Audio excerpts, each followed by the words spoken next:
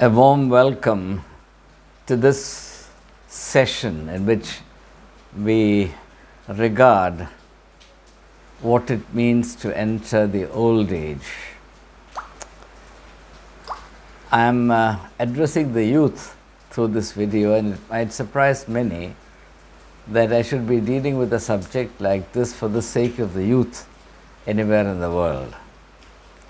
But it is when we are young that such themes should matter to us, for these induce wisdom in us. We live in an age that runs after knowledge, not even knowledge, information, which is at the lowest level. Higher than information is knowledge, and higher than knowledge is wisdom. And great thinkers of the world were wise men, and therefore they regarded the whole of life and tried to do so in light of the accumulated experiences and the related wisdom of humankind everywhere in the world. We live in an age of specialization and super specialization, which actually compels us to become narrower and more limited in the range of our experience, expertise and knowledge, and therefore we rarely attain the stature of wisdom. Wisdom involves regarding any particular situation or issue or person or aspect of life in relation to the whole of life. And you might think that this is a daunting, even impossible task.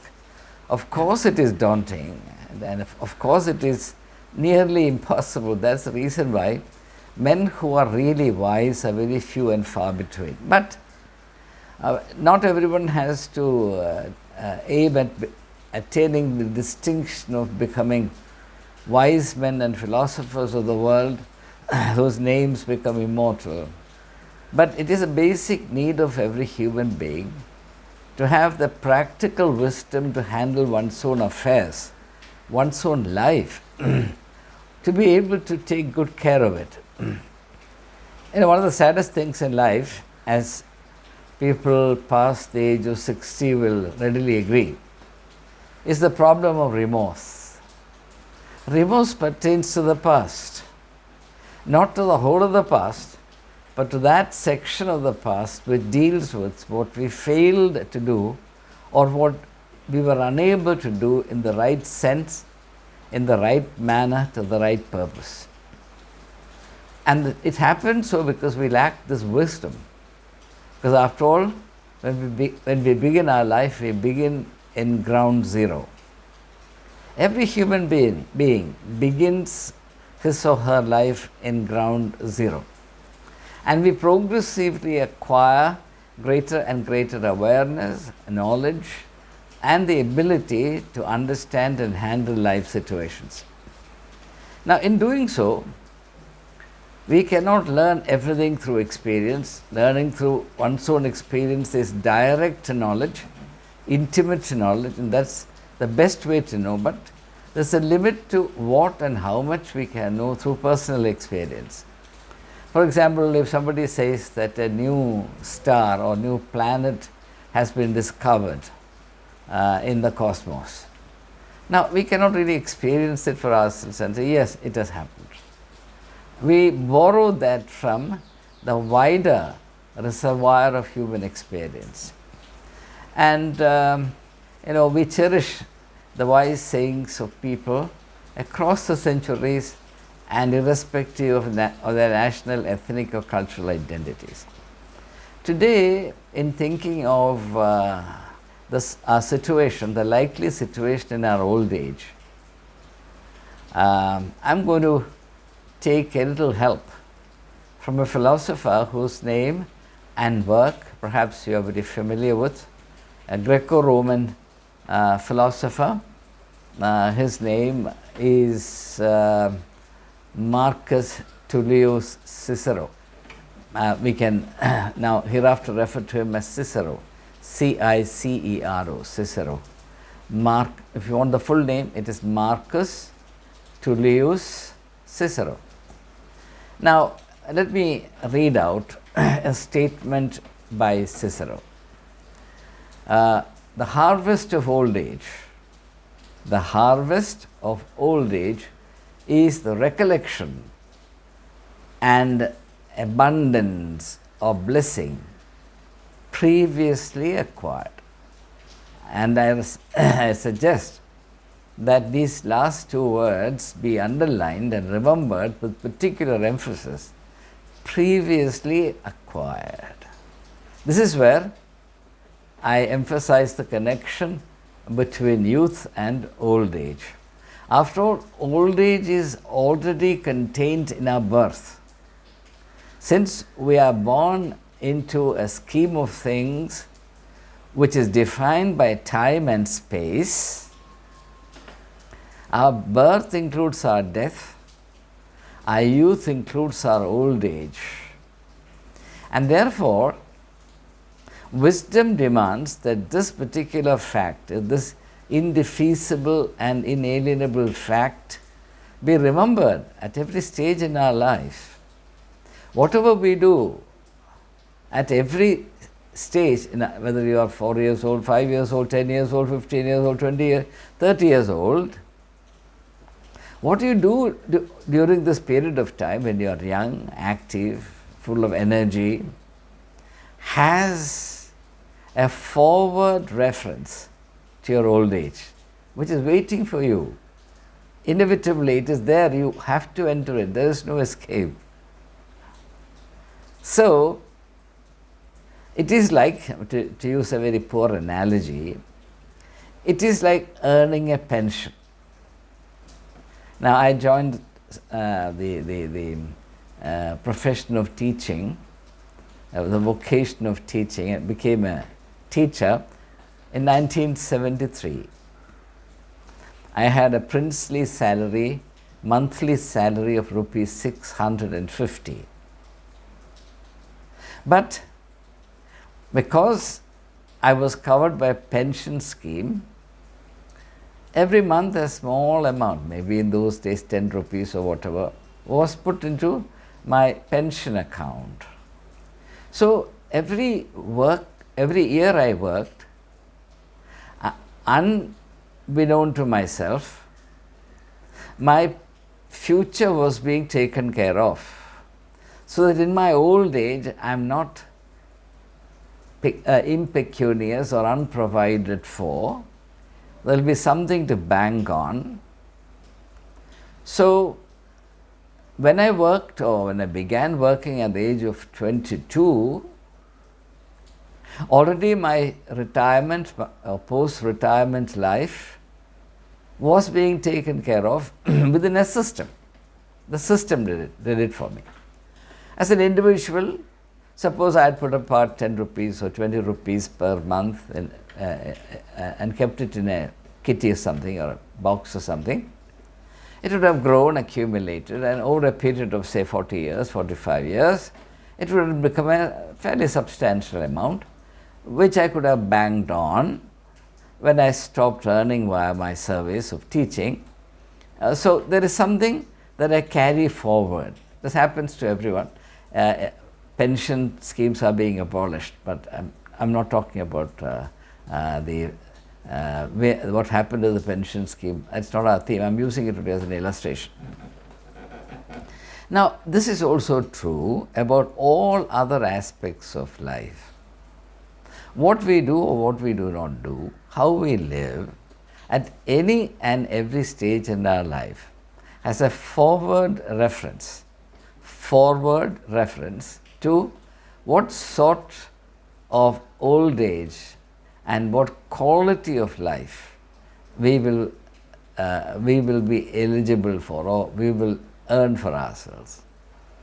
And that is why these wise words of Cicero is worth regarding. So let's once again remind ourselves of Cicero's words, and then I'll offer a few words by way of amplification and application of his idea. He says the harvest of old age is recollection and abundance. Now, two important words. We recollect, and in order to recollect, there must be abundance of blessing previously secured. Now, all along our life, it is given to us, the opportunities are given to us to earn these blessings. At every stage in our life, opportunities that are appropriate to that particular stage in our life are provided. Energies, abilities, opportunities, these are all provided. We actually did not create it for ourselves. These are all given to us, and these are given to us for a purpose. Now, in exercising these great resources of energy, opportunity, and the ability to work creatively and wisely is given to us. Circumstances are given to us. All the resources that we need are given to us. At the same time, please remember that we are also living in a world of distractions, a world of immediacy, that is to say, a world in which people go after the immediate gratification of their senses, and therefore tend to maximize the pursuit and enlargement of the pleasures of life. Now, the problem with pleasure is that it has only negative forward reference to the future. Either it is futile, it has no implication, or it has a very negative and regretful forward reference to the future. So, when we use these opportunities, we have two options. One is to relate to these opportunities or make use of them in a manner that maximizes our temporary benefits, pleasures, advantages, gains, etc.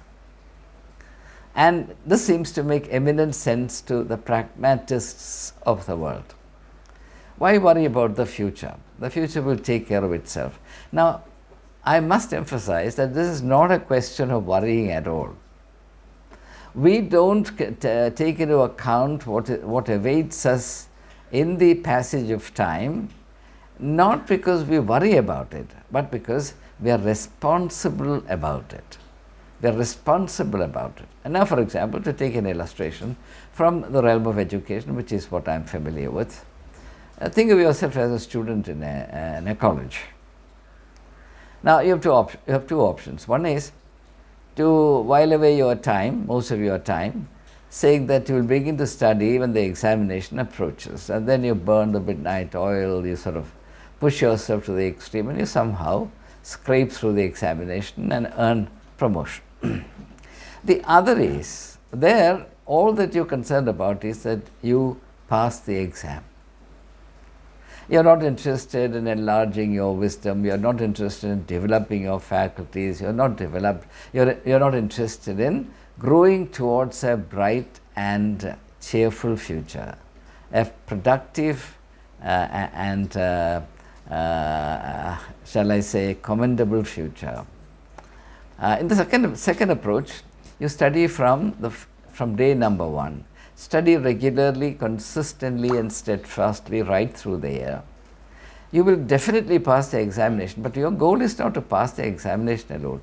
You are building the mansion of your resources. You are also enhancing your personality. You are developing your inner faculties, your capacities, so that you are readying yourself for the life that lies ahead of you. Every day matters, every hour matters. How we spend our time, how we use our opportunities, how responsible and grateful we are, how enthusiastic and energetic we are in using these resources. And Jesus, of course, underlines this through the parable of the talents, which I'm extremely fond of. There again, this idea that the present must be used with an eye to the future, not to get worried about it, but to preserve a sense of responsibility, accountability, and gratitude. Gratitude to something beyond us. So this is extremely important, that we exercise stewardship of our youth with this goal in mind, that we ensure the abundance of blessings. Now, let me say a word about abundance. Now, again, as I said, there are two possible approaches. One is to do just that much that's required in the given context. Nothing more, nothing less. Right? So, nothing is set apart. There is no abundance there. There is adequacy there. Either what you do is inadequate, in which case you regret and you get stuck, or what you do is adequate and therefore you pass on to the next stage, or say you are promoted to the next class if you are a student. But that's all. But aiming at abundance means not merely doing what is just enough, but also what is more, much more. For example, when I was a student, I am not presenting myself as a role model for anyone, please don't misunderstand. I used to go prepared for the classes in the school every day. And very few of my fellow students did it. And therefore, when the teacher taught in the class, I was absolutely comfortable. Not only comfortable, I was able to participate actively in what was going in the class and make some small contributions, which we can do even when we are very, very young, at the school level itself. As a result, two things happened, two contrary things happened. I was absolutely loved by some of my teachers. I was also seen as something of an irritant by one or two teachers all through the way. There are very few and far between, thank God. So that's the idea of abundance. When you are in a school, the idea of abundance is very, very limited. But as you grow higher and reach higher stages of life, this abundance part can exponentially increase. And that's the beauty of life. But it will not do so automatically. You have to work towards it. And that is what makes a distinction between an ordinary person or run-of-the-mill stuff and a person who distinguishes himself. You see, every human being in this world would love to be distinguished. Psychologically speaking, if you think of the 4 wishes of Thomson, Thomson was a great psychologist in America. He formulated the theory of the 4 wishes. They're known as the 4 wishes of Thomson. One of them is the desire to be recognized. Now, how do you get recognized? The secret of getting recognized is this, that you hitch your strategy of life to abundance. Not being satisfied with just what is enough, in which case you will move on, you will crawl on, you will not distinguish yourself. You can distinguish yourself, there's no doubt about it. And the secret of this is aim at abundance. You are capable of... If you have a garden and a library. Sorry about this distraction. So you can aim at abundance. Now, for example, Jesus said, and this you can find in the 10th verse of the 10th chapter of John's Gospel, I have come that they may have life, and life in all its abundance. Now that is the spiritual thing. So when you aim at abundance in experience, abundance in life, which is not a matter of just sort of splashing everything and going for broke as though there is no tomorrow. Abundance means dealing with every situation in life, with a view also to the big picture, the large picture. So connect the small picture of your life to the big picture of life, the whole world beyond you and beside you. So that is the matter of abundance. So, old age need not be a stage of deprivation, a stage in which one needs the pity of others. Old age need not be a state of helplessness, regrets and remorse at what one should have done, could have done but did not do. And every day you think of the past and say, oh, if only I had, if only I had. The old age without the anemia, shall I say, of these words, if only I had. And that's why old age is connected to the youth, or the stage in which you are youth. It is now that you have to go for experiences within this discipline of seeking abundance. Now, obviously, the vision that Cicero had excludes, and it's very important to state today as a matter of corrective, it excludes the idea of limitless indulgence. See, somehow, because the modern culture is consumerist, we think of life in terms of indulgence. So when Cicero talks about pursuing abundance, there is a danger of his meaning being misconstrued, misunderstood, as enlarging the scope of the pleasures that we seek. One of the writers on modern culture, his name is Erich Fromm. He says modern culture is a pleasure-seeking and pleasure-maximizing culture. So we are not to confuse the spiritual and philosophical pursuit after abundance with this modern materialistic consumerist culture's pride of enlarging the range of one's indulgence. And every aspect of indulgence is like a bubble which comes up and bursts and it leaves nothing behind. There will be nothing to bank on.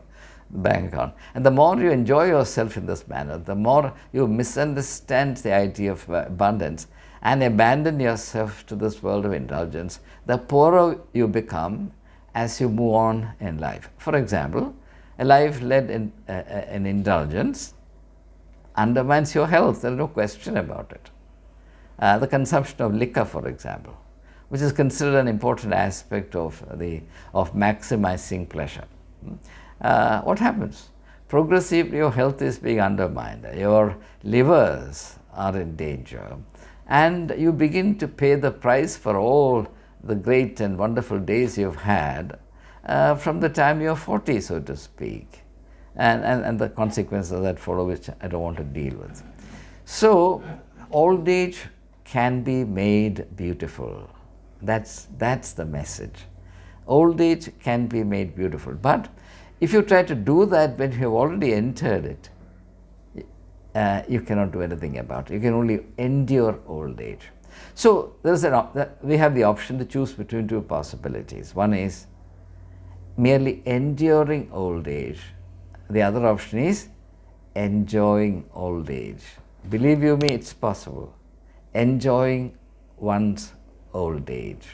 But to be able to do that, one has to make the investments into this possibility while one is still young, from the very early years of one's life. Now, this wisdom sometimes comes naturally to individuals, but they are very rare.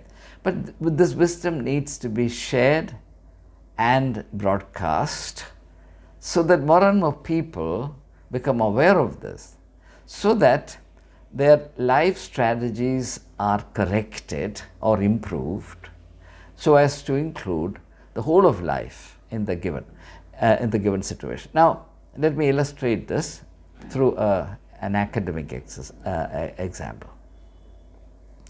Now, suppose I read a novel, or a short story for that matter, or a book of a general reflection on life, like the book of Meditations by Marcus Aurelius. What was his name? I forget his name now. Aurelius, yes. And now, now when you read a book, you're actually proceeding in a serial manner, piecemeal. But from the first page to the last, you read the first page, go on to the second, third, fourth, fifth, like that. Or the first chapter, second chapter, third chapter, go on to the 25th chapter. So you proceed serially. So in the first reading, you are actually going from one part of the book to the other. As a book comprises many parts, say many chapters, parts. And the total wisdom of the book is scattered over all these, say, 20 or 25 parts, 25 chapters.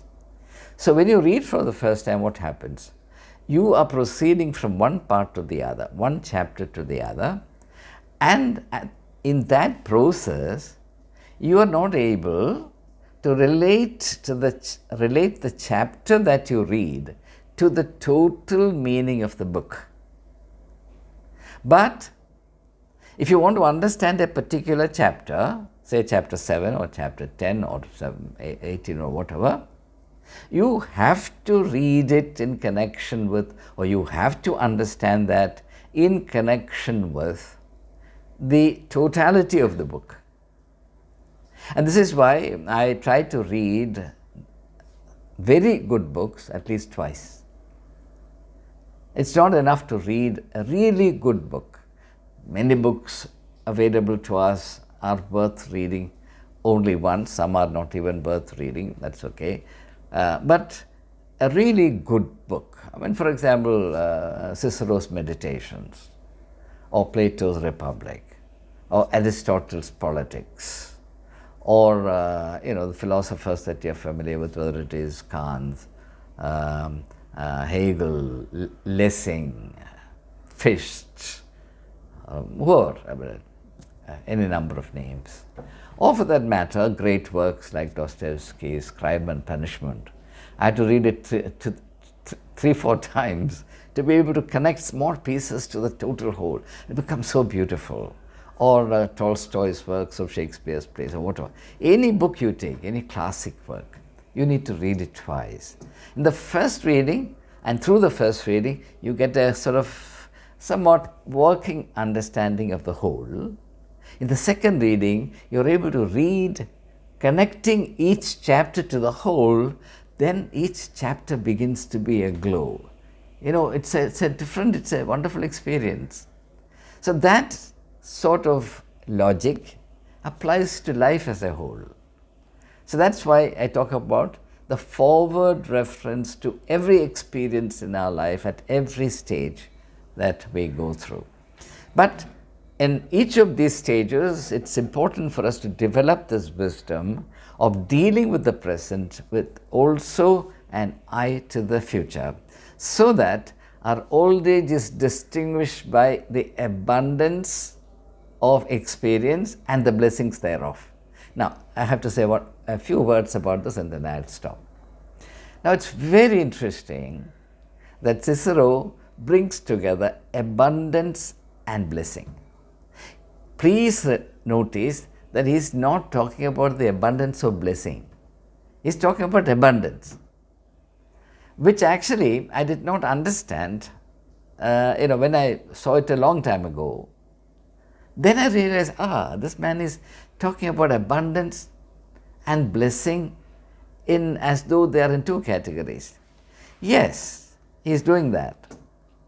So our aim is to seek the abundance of everything from within a mindset that values the meaning of life and therefore the meaning of each experiences, from a mindset that looks at the given situation not only in terms of what is manifest, but also in terms of what remains unseen, the unseen possibilities. After all, what we see is limited by the training and the conditioning that we have received. So every situation has two dimensions. Even the simplest of situation will have two dimensions. One is the obvious, the manifest, and there is that dimension which needs to be manifested. So seeking abundance means dealing with any situation, every situation, in terms of the manifest and the unmanifest, or the manifest and the not yet, not yet. You understand the meaning of not yet manifested. That is our duty. That must be our life strategy. Then what happens? Then we are showered with blessings. Blessings come down upon us like the monsoon rains. This is absolutely the case. And if you're a religious person, you can say, well, that's God's faithfulness. Remember the old cliche, God helps those who help themselves. It's a cliche, but it contains a very, very important practical truth. And by pursuing this wise approach to life, we, knowingly or unknowingly, make daily or regular investments into making our old age a joyful experience. If we fail to do so, that's something we are free to do, then what happens is we are improvident in relation to the future, and therefore when the future or old age descends upon us, we find ourselves utterly unprepared to face it. So the burden, the disability, the deprivation, say even the misery and helplessness that people usually associate with old age, is not something intrinsic to old age. It's not that old age has to be necessarily like this, but old age seems to be like this, a state of deprivation, etc., etc., in the case of most people, only because they did not make, as I said, this forward referencing investment, or they did not sort of pitch their life on the strategy of abundance. And I already defined abundance in a certain manner. I'm not going to repeat that. And therefore, two things, very beautiful, abundance and blessing. May your life be filled with abundance, and abundance is remembered. Blessings are not only remembered, but also they are continuous. Your old age can also be filled with blessings, but that will happen only if you sought abundance right through your life. Abundance in the physical, material sense of the term will stop when you enter old age, but abundance of the mental, spiritual dimension will continue until your last breath. They can continue, provided you sort of founded your life on the wise strategy of pursuing abundance in life. The other alternative is what we see mostly, and therefore people tend to associate old age with all that's negative, all that's burdensome, all that is depressing, which is very unfortunate. Cicero doesn't do that.